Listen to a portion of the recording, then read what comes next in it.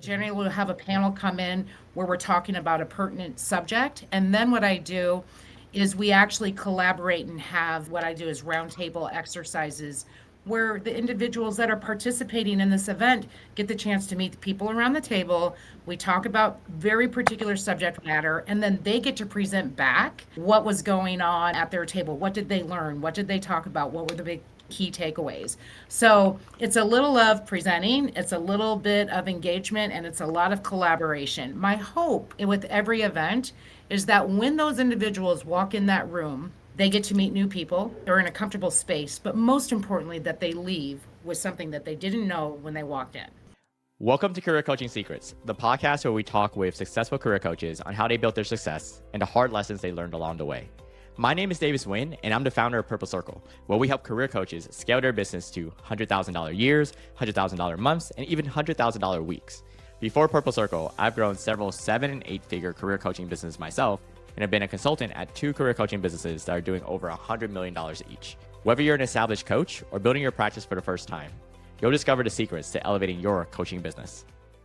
Welcome to Career Coaching Secrets Podcast. I'm Kevin, and today we are joined by DeAnna Busby Rast. She is the founder of Authentica Group. She's based out of Omaha, Nebraska. Welcome to the show, DeAnna. Hi, Kevin. Nice to be here. I always like to start off the podcast with hearing about the origin story, the lore, and I'm very curious, what got you into coaching, and more importantly, what made you want to turn it into a business, I guess? Here's what I will tell you. I have been a coach, a leadership, a development coach, virtually my entire career. Although I spent 30 years in corporate America, when you really take a look at what I was doing in corporate America, I spent years in training, and then I spent the majority of my time in sales leadership positions where I was either an independent contributor or I was at the C-level curating the teams, both sales, marketing, corporate communication. And as a leader, a big portion of what you do every day is coach. So I really have been doing it my entire career. When I decided to exit the corporate space and really dive into this idea of bringing those years of experience and that value forward to other professionals, other leaders, it was just that pivotal moment of me saying it's time to do something different and give back to others who actually will find value in the coaching experience.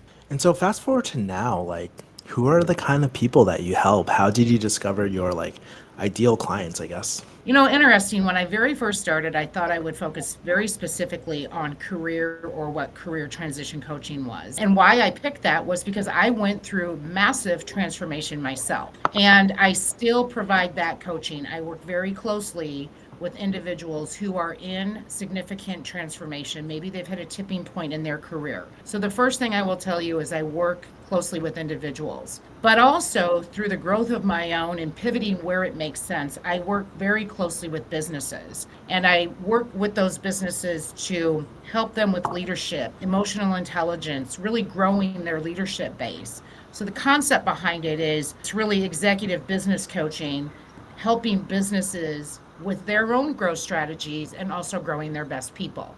So what I've done, Kevin, is I've blended 30 years of experience into my coaching practice. And I, again, work very intimately with individuals and then very closely with businesses. If you don't mind me adding this in, Please. I'm very committed to the professional growth of people. In fact, how we grow is just taking a moment to take a step back, look inward within ourselves and say, what is it that I need to do to become a better professional, a better leader, a better person? And I've always been a huge proponent of professional development.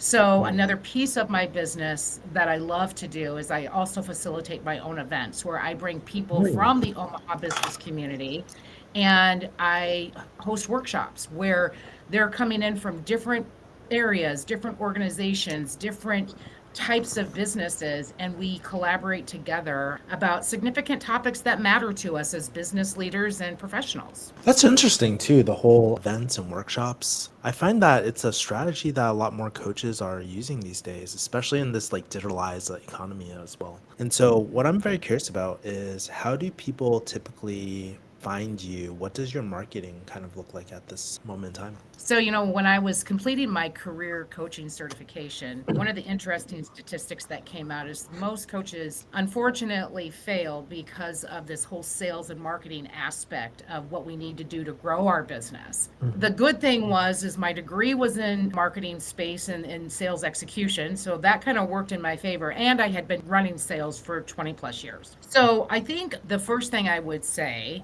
is I'm big on planning and organization. So the first thing I did was to sit down and build my business plan. Now, not a business plan that was, big and had 150 pages, just a simple plan that says, where am I headed? Where am I going? How am I going to be successful? What does my forecasting look like? That was one. But the second piece that came in, and it was really, really important to my business, was I had worked in corporate and I was out of the Omaha business community. So in order for me to reconnect with this community, I sat down and built a networking strategy. How am I going to get people comfortable with who I am, what I'm doing, the value that most importantly I bring to them? So it was networking was the other big element to it. I would also say hosting my Connect and Inspire events ended up being a feeder into my business. And that's why not only do I just love hosting those events, but when people join those events, then it kind of clicks. They're like, well, maybe I do need to bring in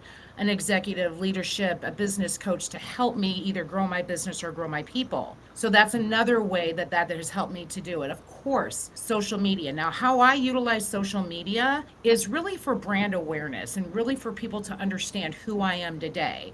So when I left the corporate space, I was well known in the industry of which I was working in. But now I needed to bridge out and let people know that I was bringing a skill set forward that was very different than what I had done before.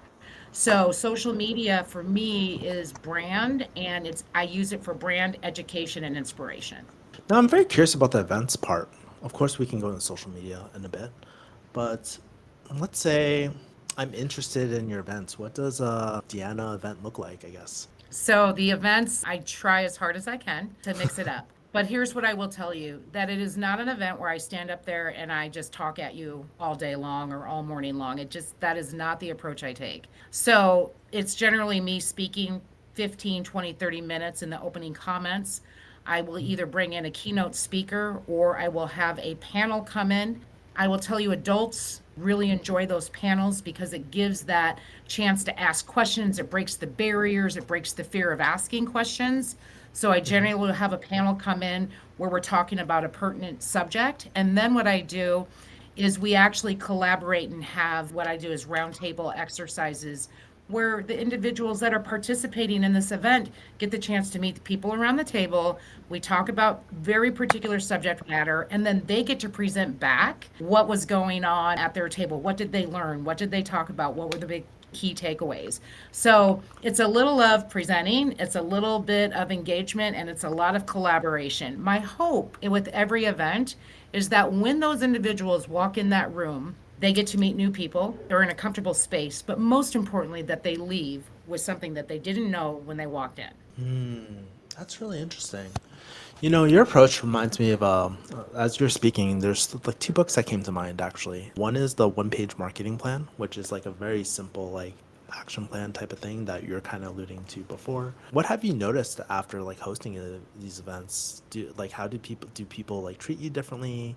Do they want to work with you suddenly? I'm kind of curious about the reactions to these events. So, a couple of things that rise to the top. One is, yes, I have definitely had the opportunity and been blessed with people reaching out saying, would you come and speak at my next event? Would you come and host a group coaching session? Can I get you to come in and curate a specific training subject on this particular topic that you just spoke about? So yes, that does happen. 100% happens. And by the way, this will be my event in October, will be my 4th event that I'm hosting. Nice. But what also I love is when people walk away with meeting someone new and I see them continue those relationships, those partnerships. So again, it's that space to come where you feel comfortable, but you get that chance to meet somebody new, and then those relationships go on and on and on. That is another huge benefit to it.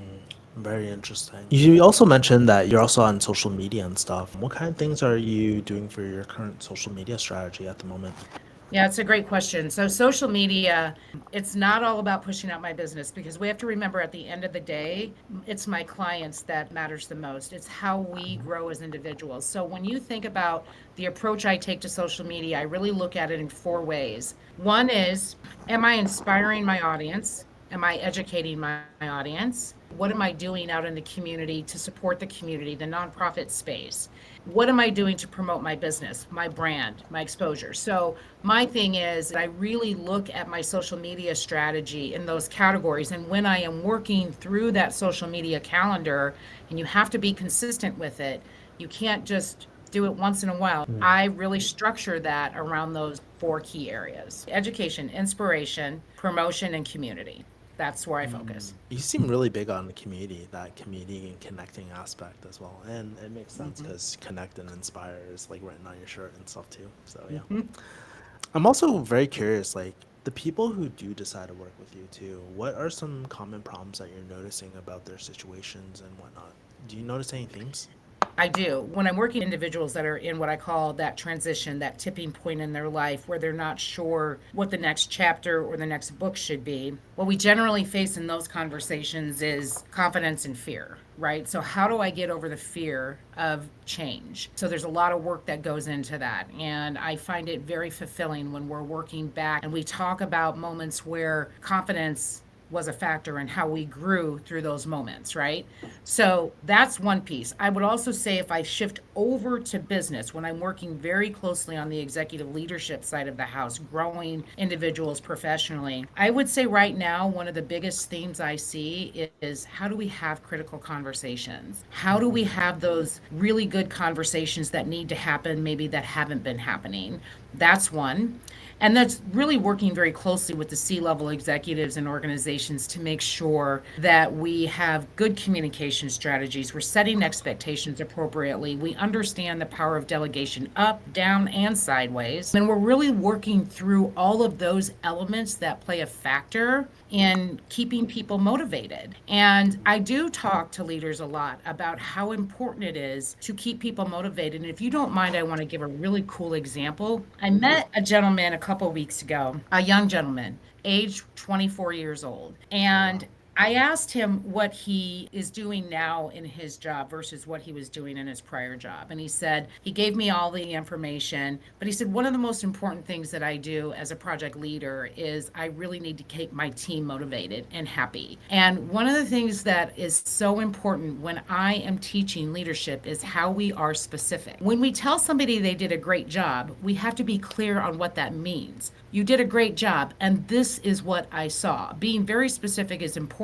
Where I'm going is this morning, this gentleman shares that we got done with this big project. Everybody did great. And what I decided to do was go buy a personal donut for every single person, put it in a bag, and I wrote what they did great on the outside of that bag. That is powerful leadership. That is specific leadership. Thank you for sharing that story. You're welcome. Now, I'm really curious because you said that you offer a lot of different modalities. Like, one of the reasons why I love this podcast is I get to hear the different business models that are working for different coaches. And so you mentioned group coaching, other coaches have mentioned one-on-one. What do your coaching modalities kind of look like at this moment in time? So right now, it's individual one-on-one is the typical framework. When I am working in with businesses, there will be times I work with groups. So it could be a team or a department where I'm working on specific challenges or opportunities that they have as a group, as a unit, right? But the other modality that I'm bringing forward in 2026 is really working with those entrepreneurs, those small business owners, and those leaders. And I want to work them in group sessions because I believe, again, that we get so much power from collaboration, from experience, from learning through others. And so where I'm headed in 2026 and bringing that forward is creating that framework. They'll be more program based. So 6-week program, things like that, but they become comfortable with each other as they're working through each one of those programs. Okay, interesting. You don't have to give specific numbers or anything like that, but one of the things that I find is really helpful for coaches listening to this as well is like the pricing strategies, because some people, when they're starting, they're doing something like hourly. Sometimes people are doing like a subscription-based model or a retainer model, and others are doing value-based pricing where upon certain milestones and stuff, that's when they get paid. So Kind of curious, which way do you kind of lean toward? Which ones have you kind of experimented with and cut off? I'm very curious about your experience with that. I think it's a great question, and I love the question because it has been transformational for me. So initially, it was on a per session basis, and I wasn't charging enough, which made sense. I was new to it. I wasn't sure what I should be charging. I played around with it a little bit. Immediately after the first couple clients, I doubled my price. Then I met with another coach. She asked me how much I was charging. She said, double it again. And I was like, uh-oh, I was starting to get uncomfortable. But the cool thing is, because I spent so many years in sales, I knew how important it was to get comfortable in those uncomfortable moments. So where I shifted is I shifted to a more program-based pricing. So if you were going to do transformational coaching, it was one price, this many sessions, and you had to pay for the package. On the business coaching side, it is either on retainer base or it is on program base. So again, I sell it in packages. But what I definitely don't do is I don't do anything on an individual session standpoint. So it's either retainer or program is where I'm at. And I'm not sure if you're at the point yet as you're testing for pricing, but I guess from your experience being in sales and managing sales teams and all that, at what point do you decide like, oh yeah, maybe the increase in pricing is not ready for my market, or it's like outpriced my market? Like, I'm not sure if you tested, if you've hit that ceiling quite yet, but like, I'm curious your thoughts about that. So I think it is a place where you do have to continually test and get comfortable. Also, you have to be real, right? So, I have to look at myself and go, okay, well, I've been, in the business for, roughly 3 years. I bring 30 years of experience. Again, I think that's my biggest differentiator. But I also want to make it reasonable, right? So sometimes you have to just look at it as a situation. Even if I went back in my sales career, right? Not every pricing schematic was exactly the same. So sometimes it has to be augmented based on the situation, based on the client, right? Things have to change. You have to be nimble. You still have to realize that your value, what value you bring to the table. So you don't want to give your services away, but you also have to be at times nimble with your pricing.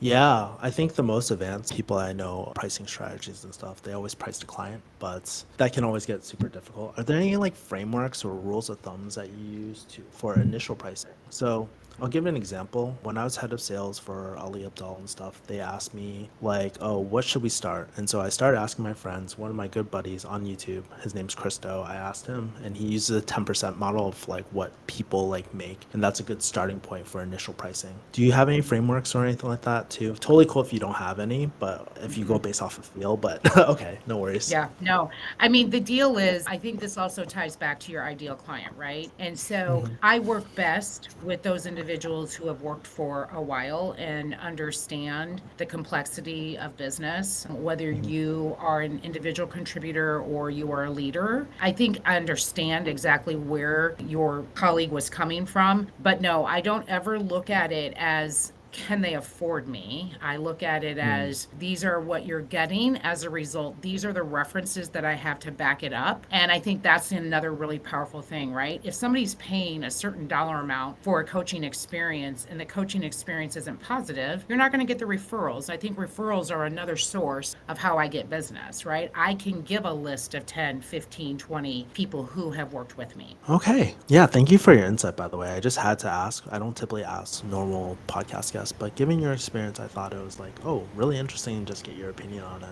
I guess you kind of alluded that you wanted to do more group sessions in 2026, but where do you want this coaching business to take you in the next few years? Do you have any like secret dreams, big ambitions no one knows about? Yeah, I'm so curious. Yeah. Being a serial entrepreneur. And what I mean by that is, even though I was in corporate America, I was always thinking about the what next. How do we grow? How do we make this different? How do we differentiate? How do we bring something new to the market that, was a very mature market? So I'm always in that how do we?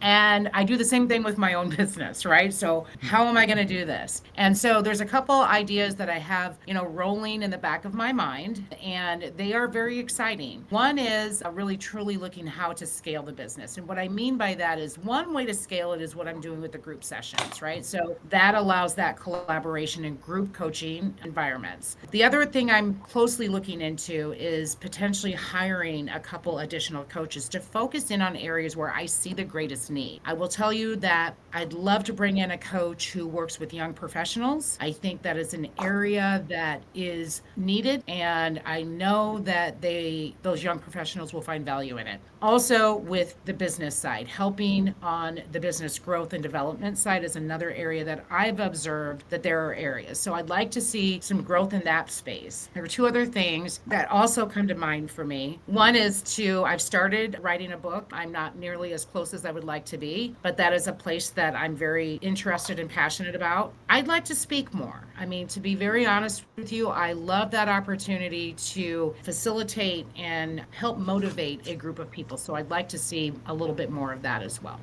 Yeah, it's really interesting to see that you're thinking about hiring more coaches and speaking and all that. Again, I think it goes back to the connecting aspect, that the recurring theme of connection that I see on this as well. Now, as you're thinking about scaling, what are some challenges, bottlenecks that you're kind of noticing in your season right now? And maybe like the stuff that people kind of don't see on the outside.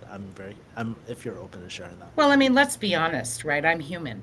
And so I work with my own mentor, my own coach to challenge me, to get me to think differently. He knows me very well. So he also is able to address both the personal and the professional side of some of these ideas that I have. So we have to look at it, or I have to look at it and say, okay, what makes the most reasonable sense for me to grow this business? So when I think about scaling, when I think about bringing in additional coaches, how can I get those individuals to connect with the Authentica Group brand, the message, the empathy that goes in with the type of business model that I've created with my voice. Like, I know my voice. I've created my brand book. I know how I work. I have to find coaches that can replicate that or come close to understanding the Authentica Group name, the brand, the message, and they can carry that out. And so that's probably one of the barriers that I'm looking at, barriers that I think I can overcome, but it's definitely an area that I need to think about. The other thing is, because today I don't have employees. Don't get me wrong, I use lots of resources. I outsource many of the things that DeAnna's not good at. But I will tell you, do I bring them on as employees or do I bring them on as individual contractors? So those are some of the challenges that I look when I'm trying to think about this idea of scaling, if that makes sense. Yeah, that's awesome. I would like to play a game with you too, or get your thoughts on this. One of the recurring segments I do on this podcast is called Good Investment, Bad Investment. The best thing that you spent money on for your coaching business and the worst thing that you kind of wish you got your money back from.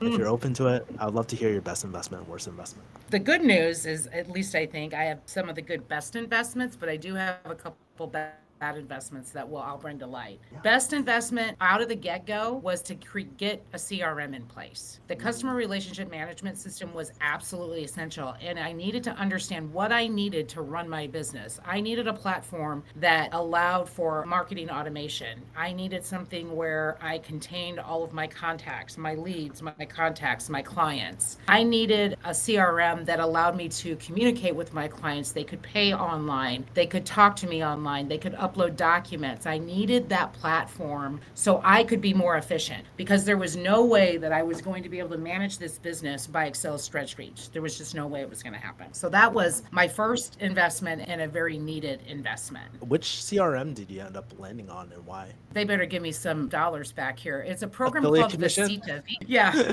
it's a program called Visita, VCITA. And I did look at, I come from a Salesforce background, right? So I've used Salesforce for X number of years, and it's a great platform, don't get me wrong. But this particular platform, they did a great job working on the smaller entrepreneur, really understanding it needed to be an inclusive type of product that they were bringing to market. And they did a great job. Like I said, the marketing automation, it does text messaging, it does reminders of appointments, it has the widgets to connect to my website. All the things that I needed were really, really important. The second thing I would say on the bucket side of I'm so proud and happy that I did it was was to realize what I was really good at and what I wasn't. And that meant that in my life and in my career, I understood what a CFO did. I understood what a chief operator did. I understood what a CTO did. And so I quickly knew that I know finance. I know how profit and loss works. I know everything that goes into it, but I didn't want to run those books. And that detail was not my strength. So I hired somebody to do that for me. And he does a fantastic job of it. Now, mistake. I tried to build my own website. It was okay, but I spent money on it, right? I spent time, my own resource time, and then, of course, on the website itself. And I literally threw all that work away and I hired somebody who had experience with websites to build a new website. So that would have been my other area of, I probably should not have done that. Just because you can do something doesn't mean you should do it. And I think both those last two examples are really great examples of that. Because I think a lot of us, like new business owners or even experienced ones, they still make the same mistakes sometimes. And your situations are so relatable, by the way. I have horror stories, but I'll save that for my podcast. I would like to ask you for some final advice. This is another question I ask a lot of the podcast guests. And knock on wood, I hope this never happens to you, but let's say Authentica Group disappears, right? And you had to start over tomorrow, 0 followers, 0 clients, 0 the relational capital that you kind of built over the last few years. But you have all the wisdom that you have now. What would your first 90 days look like if you had to rebuild this business? If I had to rebuild the business and start over, I would probably go right back to how I started this. And I am a big person and a believer in visualization and vision, and sitting down and getting it out of my head and onto paper. So I think just, again, not writing a book, of a business plan, but getting it out on paper to say what and how can I develop something. The other thing I might say, if I was going to revamp it, is do a better job on identifying my ideal client. They really pushed that when I was getting my coaching certification, and I kind of thought they were a little crazy. But the truth is really understanding the ideal client is incredibly important. So bringing clarity to that earlier would have been great. So I would say I would be very conscientious of what I was bringing forward to my potential customer base. The last thing I would say is, if I got the opportunity to start all over brand new, I'd probably want to write that book first. Really? Why is that? Very curious. Because writing that book, right? Being able to share my personal story of resilience, of pain, of growth, how I brought that forward, how I intend to bring that forward, I think could be a way for me to speak more freely about it versus today I tend to speak only when asked, if that makes sense, right? So I haven't really put my speaking foot forward, if that makes sense. But I'm at a particular place in my life, right, where I look at my next 20, 25 years of working and seeing myself as a business owner is where I see myself, but I also see myself as getting more into that speaking space. So I would probably spend a little bit more time working on that and then really identifying, like I said, what is my ideal client? Really understanding and then putting all the eggs in that basket and running with it. What's so funny? I've taken so many programs myself, and then my friends have taken programs. And I think we've all come to the same realization as you, where it's like, yeah, we always skip that because that's not the fun part of like doing business ever, right? No one gets excited being like, oh, I want to do my ideal avatar sheet, right? But I think like it's so essential because it dictates your offers, your content marketing, all that sort of stuff too. But It yeah. does. And Kevin, when I'm coaching entrepreneurs and small businesses, as somebody said to me, I need to move faster. I said, I know you do. And I want you to, but we have to get this right because this is foundational to every time you open your mouth, every time you print something, we have to have this right. So I have to eat my own advice, I guess is my point. Yeah, but especially with the AI and all these really cool tools these days, like it's so much easier than before. And then something I've been doing personally is like, especially for the content marketing side, having my ideal clients and stuff, having them be real people, having podcasts with them, just talking these conversations, and then having AI be like, hey, do a sentiment analysis, pretend to be this person. How would they react to this piece of content, the thumbnail and stuff like that? It is way better with, I know everybody's like, oh my God, AI is going to take all our jobs, but I feel like AI is like a really good, I think it's much better for human connection. it helps us as individual coaches and entrepreneurs. Interesting. I'm not a great writer. I'm a great speaker, not a great writer. So the interesting thing is in growing up in corporate, I would have marketing people and editors that would take what I wrote and say, okay, I'm going to fix that, right? Well, today as a single entrepreneur, I need ChatGPT to edit what I write because I'm not a great grammatical writer. So thank goodness for ChatGPT. Yeah, it's definitely a game changer, and it understands the nuances of like your brand voice too and all that too. So yeah, what a time we live in, DeAnna. I didn't grow up in the time of AI, and I'm so glad to be in the time of AI right now. So DeAnna, how can people find you? How can they connect with you? Okay, so obviously the website's easiest from just an authentica-group.com. Linktree is one way that you just go on to DeAnna or Busby-Rast. Linktree is one way, and in Linktree is all of my social sites. But I'm on LinkedIn, I'm on Facebook, I'm on Instagram. And then the last thing I'd also like to mention, Kevin, is remember how I had mentioned a big piece of what I do is helping professionals, helping people grow. And I'm actually in the process of working very diligently on a YouTube channel. So watch closely for that YouTube channel, because the idea behind that YouTube channel is to bring all of that knowledge and those educations forward to my following. And so there will be information on there about how to build a business plan. Why are we afraid of sales?